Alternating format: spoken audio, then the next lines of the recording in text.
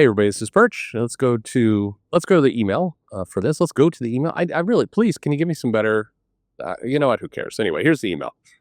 Dear Percherino, Percherino. Okay, yours is a voice I trust, mostly because you don't give straightforward answers. Jesus. Okay. Mostly because you. Thanks. That's a backhanded compliment. I'm not insulting you. Oh, okay, good. I'm not insulting you. What I mean by that is that you give answers that are a little bit more open ended that require the person listening to think. I understand that irritates some of your audience. Well, you're not wrong there. Okay, fair enough. Well, it's because a lot of the things when we're asking for an opinion, it's just that it's opinion. So oftentimes I will give you some ways to think about it. It's like I got some like an angry frothy mail, and then a couple people did EFAP type things to this video about Heather Ontos, and the mail was me say that the question was, is Heather Ontos going to kick me out of a convention if I wear like a Trump shirt? They didn't say that last part. Just it's basically, is Heather Ontos going to kick me out of a convention? My answer was no. Like if you go over and you make trouble at Heather Ontos, she may do that, but she's not going to wander out. So the best answer would be just if you want to stay in the convention, just leave her alone. And I got people there like, Perch says that we shouldn't Perch says that Heather Ontos could do mean things and we just have to leave her alone because poor Heather Ontos. It's like, no, okay, you're clearly a moron, or you're retarded. Yeah, I'll say it, capital R. If that's what you're taking out of it, then yeah, I mean, you should not go to that convention because you are going to do something stupid and you're going to get kicked out and it's going to be a pain for you. Yes. Don't do stupid things, dummy. Anyway, but in general, it's like, it's up to you. If you go to the show and no judgment, if you go to a comic convention and Heather Ontos is sitting at a table there and that's going to ruin your day, yeah, don't go. Yeah, I mean, that's no judgment, man. That's your call. You don't. I find it easy to avoid Heather Ontos, but yes, even given, I find it easy to avoid her. It doesn't really matter. Anyway, if you get what you get. By the way, if you go to I don't know who it would be, very conservative person. Aaron Sparrow has been at conventions. If you go up to Aaron Sparrow and you try and make trouble at his desk and shout at him, he will try and get you kicked out. Absolutely, he will. I mean, who wouldn't? That's the point. But anyway, regardless, okay, let's go back to that mail. I don't know if you have noticed, but you have mentioned Zach on some of your videos, and you have gone on Thinking Critical live streams. Both are feuding right now, and it seems to be getting more and more intense.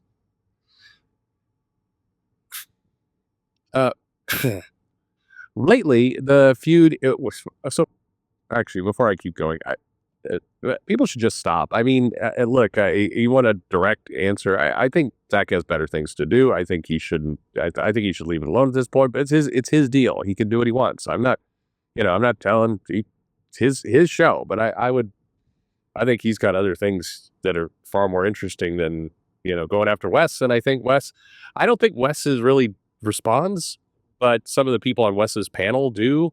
And I think they also have better things to do. Like, somebody pointed me at this. There's like a parody account that does nothing but troll Zach on Twitter, and it's like, why? Like, what is the point of that? I don't get any of it. So I mean, but it's their lives, not mine. I just think there's like 8,000 more interesting things going on. But whatever, it's fine. It's fine. Oh, Perch just says he's above it all. No, I'm just. Perch just says he's bored. Anyway, it's fine. Let's see. The latest argument is around comic sales. Wes says comic sales are down. Zach says comic sales are up. The main point of the argument seems to be around an article on The Beat by Heidi McDonald, which both individuals have made fun of in the past, but now it sounds like The Beat's information is credible to Zach, but not to Wes. As a retailer, what say you? Are comic sales up or down? Can you settle this argument? Thank you very much for the show. Please keep going. Don't end anytime soon. Okay. I'm a voice of reason. A voice of reason. I don't know. I'm a voice in a car. I did a video in an airport, and the people like at first no one was around me, and it was great. And then a lot of people started coming around me as the video was ending, and they're all looking at me weird as I'm like, "Arr, arr, arr." I don't remember what I was talking about. I was talking about the new girl silver surfer. Yes, just getting all these weird looks, like a weirdo. I mean, I'm talking into a phone. That's what people do. Oh well. Anyway, okay. So I have seen the article in question, and look, I mean, here's my perspective on it. The problem with a lot of the comic sales number videos, and when people say the sales are going up and down, they're estimates, and they're estimates because the comic sales numbers are largely opaque. The comic sales, if you had access, and I've seen from time to time the numbers from Penguin Random House, the numbers that you get from there are more the source, as such as they are. You have a bunch of auxiliary things, but the stuff outside of Penguin Random House is not terribly significant. I mean, there are some. You have direct sales sometimes that occur. You have international business that occurs. So you have a number of different channels and sources that make up quote unquote comics numbers. Okay, and all of them are opaque, meaning you know Heidi McDonald, Rich Johnston, me, average person on Twitter, doesn't have access to those, unless we're able to get those from the source. As far as I know, I think I'm the only one of the people I mentioned who has gotten it from the source, and that's, you know, basically an under the table kind of thing. Um, what a lot of people rely on when they talk about comic numbers is they rely on a point of sale system called Comic Hub or Comics Hub. And, if you know what a point of sale system is, it's basically software. It tracks inventory, it tracks sell through. And then there's a function where it basically aggregates these numbers. And then, you can provide some reports off of it. Um, the company, the group that provides Comics Hub, has advertised, helped promote, or basically has encouraged relationships with people like ICV2 and Heidi McDonald and Rich Johnston as kind of a mutual benefit. On one hand, they supply them with data. On the other hand, they help promote their services. And their entire name of the game is to get, revenue from comic shops, from retailers. The way they make their money is through SaaS. This is software subscription fee, just like many of you see, with anything like Office 365 or whatever software you happen to be buying. Maybe you're in the paid version of Twitter or ChatGPT or whatever it happens to be. It's the same basic premise. So, Comics Hub is not in all comic stores. It's actually in a fairly small cohort of comic stores. It's in, I don't have the exact numbers. The last time I looked, I think it was in, about 5% of comic shops, maybe a little bit less. And the other thing to kind of factor in here is comic shop has a lot of different meanings. If you live in any kind of metropolitan area, you've probably gone to a shop that sells just comics. Maybe you have one of those. You have a shop that sells comics and tabletop games and card games. You have a shop that sells Funko Pops and merchandise, and maybe they have a very small kind of comic station there. There's all different types of comic shops. So what makes up quote unquote comic shop? I think there's not a set definition. A lot of different people, a lot of people basically call it whatever they want at the moment. Do they sell any comics at all? That's a comic shop. Well, if they sell 8 comics, is that still a comic shop? I would say no, but your mileage may vary. Anyway, so why I give you all this context is the numbers that they're giving, the comic sales are up numbers, are really coming from the premise that it's taking Comics Hub data, and it's calculating that there's been a spike. We've seen this before in 2021, I believe, or 2022. I think 2021, right? The year after COVID, there was a report that the comic business was just massively booming all over the place. And that number was coming from Comics Hub. And it was in stark contrast to what was, you would hear at retailer conventions. You go to Comics Pro or you go to other things, and retailers were saying an entirely different story, that actually the business was pretty brutal. The shutdown was still hurting things. Habits have been broken, etc. So why the difference? Well, For that, we kind of think a little bit about psychology. First off, if you think about all the comic shops, the thing that has boomed in the last 2, 3 years has been Pokemon cards. As well as the One Piece set is now doing well. Tabletop gaming is seeing a bit of a comeback. So people are coming into those shops, and the inventory, the stuff in that shop, is growing with cards and board games, and it's shrinking a little bit with comics. There's a chain in the Dallas Fort Worth area called Geek Out. It used to have a ton of comics, both back issues and new issues. And just over the last 4 years, the new issues have shrunk to a relatively small wall. Think about maybe 60 titles on the wall at one time. Used to be double that just 4 years ago. As they've given more of their store over to card games and board games, they've done that because that's where the money is. Nothing wrong with that. Nothing particularly weird with that. But is that still a comic shop? Well, yeah. If they're selling 60 books on the wall, that's still a comic shop. But it's not the same comic shop it was 4 years ago. They don't use Comics Hub. They do their own, they just, you don't have to use it. It actually, if you have a business with a lot of different elements to it, it's arguably not helpful because then you've got part of your business in one piece of software and the rest of your business in another. It's more harm than good.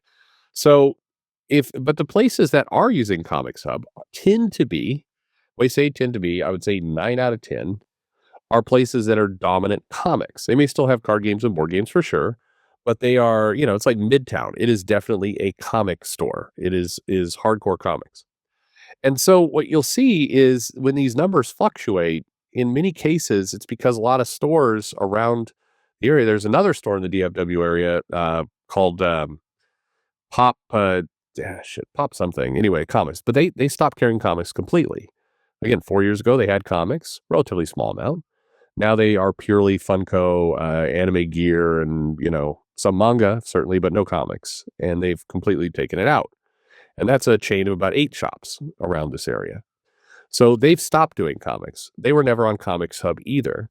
What happens when a store stops doing comics is the people who were buying comics from that store go to another store. And so you are seeing consolidation of the customer.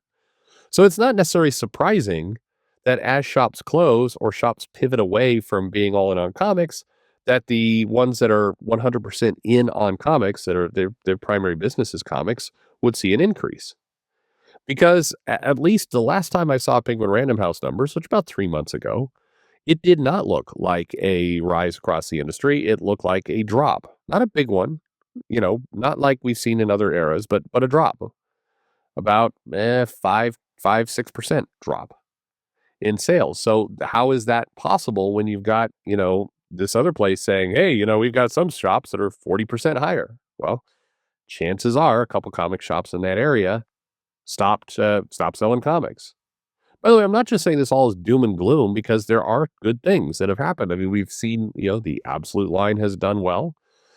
We've seen comics burst with some indie titles. There are comics that are doing well and have sold.